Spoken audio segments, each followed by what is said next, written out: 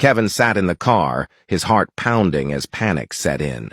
The driver was trying desperately to restart the engine, but the attempt was futile. The car was dead.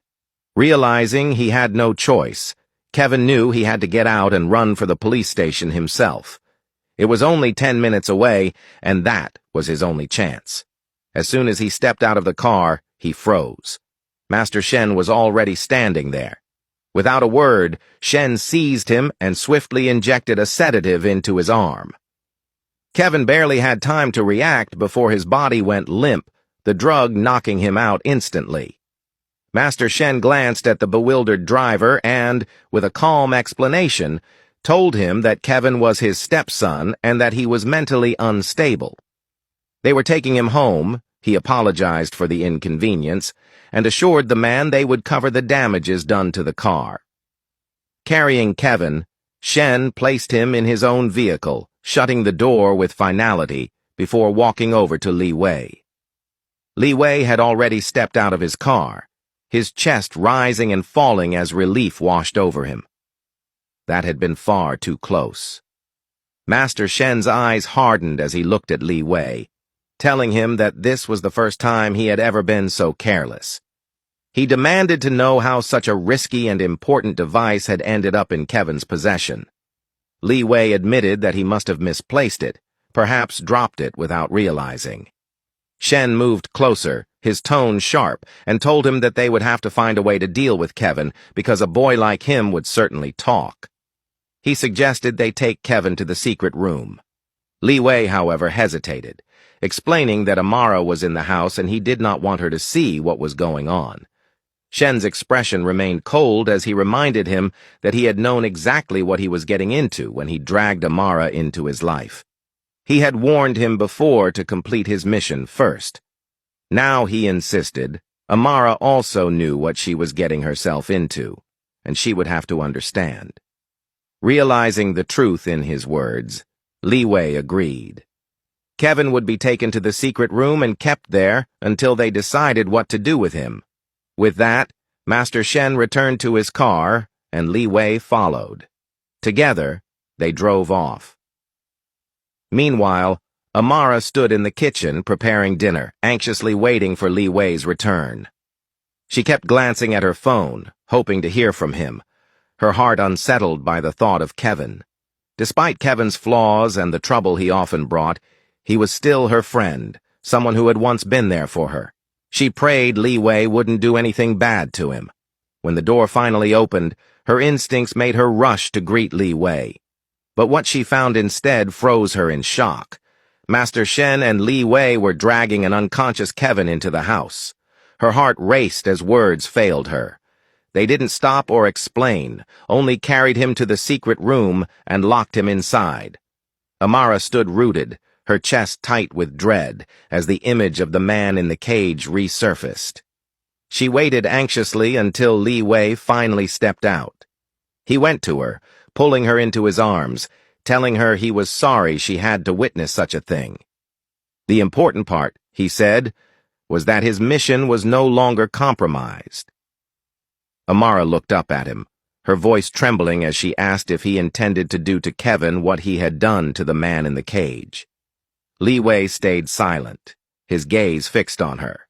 She pleaded with him, insisting Kevin was not a bad person and that they couldn't treat him that way. Liwei released her from his arms, his expression shifting into hurt. He told her his mission had nearly been ruined, that he had almost gone to jail because Kevin had been seconds away from delivering the USB to the police. His life could have been destroyed. Yet instead of sympathizing with him, she was sympathizing with Kevin, the same man who had nearly destroyed everything he had worked for. Amara's voice wavered as she told him she simply didn't want them to hurt Kevin like they hurt the man in the cage. Liwei's jaw tightened, the weight of her words visibly cutting through him. Upset and disappointed, he turned and walked away, leaving her standing in silence. Master Shen approached her then, his eyes cold but steady. He reminded her that this was exactly what he had meant when he warned her about the mission, the risks Liwei had to take, the sacrifices required. Since she had chosen to stand by Liwei, she had to accept whatever came with it. And if she could not handle it, then it would be better to let go before it was too late. With those words, he too walked away, leaving Amara trembling and alone. Later that night, Liwei lay in bed. He had not spoken to Amara again after their confrontation. Her attempt to sympathize with Kevin while overlooking the destruction Kevin could have caused left him raw with frustration. He tried to ignore her, to keep the wall up, but he missed her deeply. Even in anger, he craved her. The more he fought it, the stronger the yearning grew, until he could no longer resist. Rising from the bed, he walked to her room. It was empty, and he quickly realized she was in the shower. He waited, but impatience gnawed at him. Finally, he approached the bathroom, standing by the entrance as the sound of running water filled the silence. His voice softened as he asked if she was okay, telling her he needed to talk to her. Amara heard him clearly but chose silence, deciding to stay in the shower and ignore him. He called her name again, but she remained unresponsive. The realization struck him. She was upset and deliberately shutting him out. Something inside him snapped. Unable to restrain himself any longer, Liwei stripped off his clothes and stepped into the shower with her. Amara gasped, startled, her eyes widening as the water streamed around them. Liwei's expression was sharp, his presence dominating the small space. He told her that if this was the only way to make her talk to him, then he would gladly do it. Amara stood there, a bit startled. She tried to turn away, but Liwei held her hand, keeping his eyes on her. He told her there was no need to hide anything, that she was his woman, and that they were bound to see each other in that state anyway. Still standing there, he asked if she still didn't want to talk to him. Amara remained silent. Liwei continued saying that he didn't like getting into silly fights with her because the silence that comes with it kills, and he was sure it did the same thing to her. He added that he was just upset because she had defended Kevin while overlooking all the bad things that could have happened if they let him go. He explained that if Kevin had delivered the USB to the police, everything would have been ruined. If everything was ruined, it would mean his years of planning would have been for nothing. Most importantly, he might have ended up in jail, unable to see her, unable to protect her. That thought alone, he said, would hurt him more than anything. Amara looked at him. She could see the genuineness in his eyes and hear it in his voice. He meant every word he was saying. Liwei moved even closer, his body almost brushing against hers. Looking into her eyes, he said that she should know by now that he would not stay long without talking to her or having her by his side. Breaking the silence, Amara, still looking at him, apologized for not standing by his side as she had promised. She explained that everything was just new to her, which was why she had panicked and said what she did. Instinctively, she had defended Kevin, thinking they were going to hurt him like they had done to the man in the cage. Looking at him, she stated that she would always stand by him, but she just needed a chance to adjust first, and would slowly start getting used to his world. Liwei moved even closer, tilting her chin up so she would lock eyes with him. He asked if that meant she was no longer upset with him, if they were now good. Amara, with a smile, nodded. As his eyes pierced into hers, she quickly looked away shyly. Liwei, still standing there, asked why she was looking away. Amara, still facing away shyly, told him that this was her first time being in a shower with a guy. Liwei chuckled softly and moved closer. She could feel his presence and warmth almost touching hers as he leaned into her ear and said that if she wanted, they could shower together every day so she could get used to it. Amara, still looking away, felt her cheeks burn with uncontrollable blush. The fact that he was right behind her in such a private and intimate moment made it hard for her to turn and face him again. Liwei, still standing behind her, leaned in, his soft, husky voice telling her to look at him. Amara remained shyly turned away. She felt his hands grab her waist tightly as he pulled her against him and leaned in close again. He called her babe and told her to be a good girl and look at him. A smile spread across her lips as her whole body melted into his embrace. He had called her babe for the first time, and the way he had said it made her knees weak. Slowly, she turned and met his gaze. The passion and chemistry between them surged, pulling her closer. Her chest pressed against his as he told her that he wanted to be the best man for her. Gently, he touched her face, saying that he had been reading a lot about being gentle. Amara, curious, asked him what he had learned. Liwei paused for a moment, holding her close, and then told her that instead of telling her, he could show her, and she could be the judge and tell him if he did well or not. Unable to resist, Amara nodded. He leaned closer and kissed her softly, gently. His lips moved on hers in a very delicate, tender way, different from how he had kissed her before. Slowly, his hands began caressing her body, still gentle, as if he wanted to take his time. The water from the shower ran over them, steam curling in the air, wrapping them in a private cocoon. The kiss deepened, intimacy and warmth weaving around them, until he paused and looked into her eyes, asking if she was sure she wanted to continue and take this further. Amara kept her eyes on him and told him that she was scared, that it would be her first time. Liwei reassured her that they could wait until she felt ready. He added that even though she tempted him, he was willing to wait.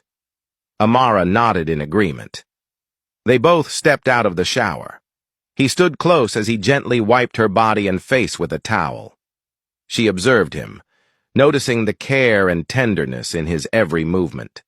She felt a pang of guilt for the things she sometimes said to him without meaning them.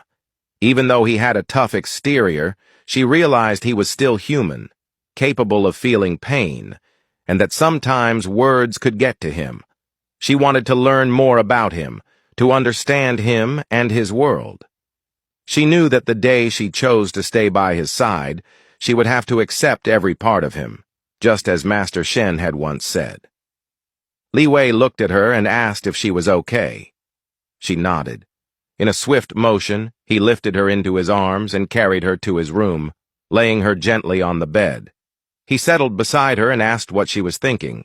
Breaking the silence, Amara told him that Momo had asked her for a favor, to accompany her at her part-time waitressing job for a high-end event.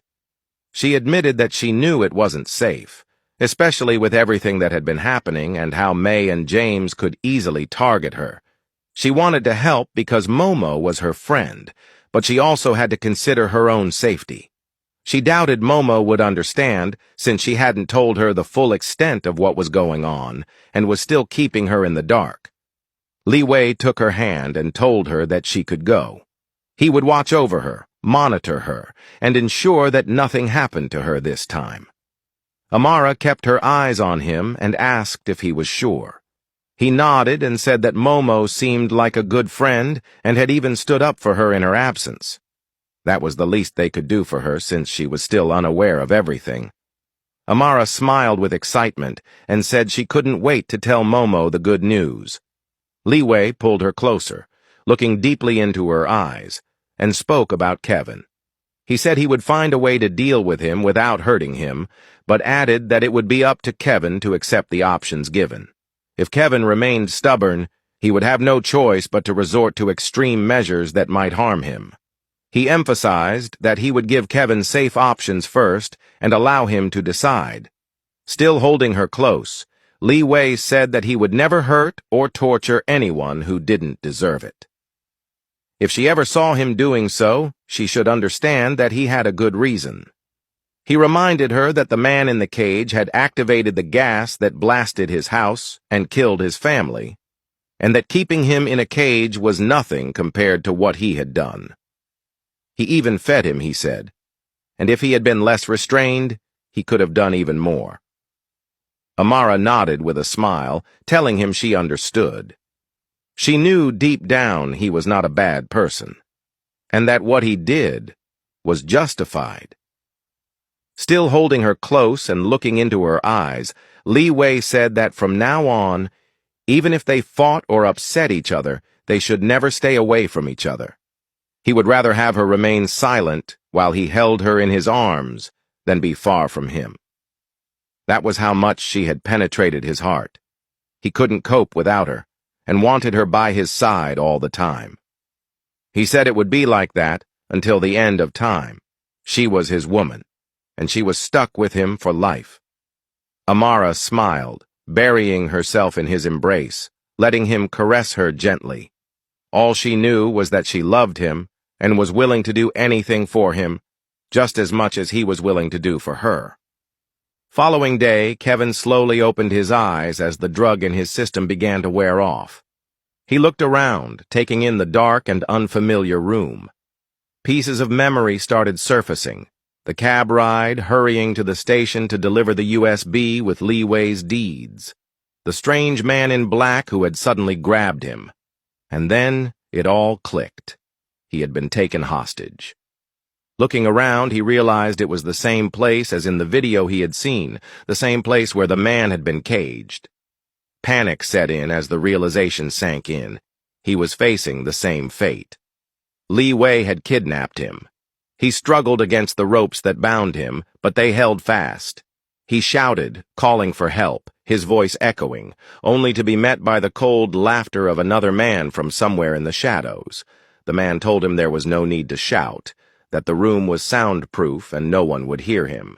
He said Kevin should just accept his fate and prepare to face Liwei's wrath. Kevin's panic rose as he demanded to know what Liwei wanted and whether he was some kind of psycho killer. The man laughed again, telling Kevin he would have to see for himself and that he wouldn't have allowed himself to be captured if he had been in Kevin's place. Kevin trembled and tried again to free himself. He refused to accept this end. Not now, not ever. The door opened, and Liwei entered, his expression cold and stern.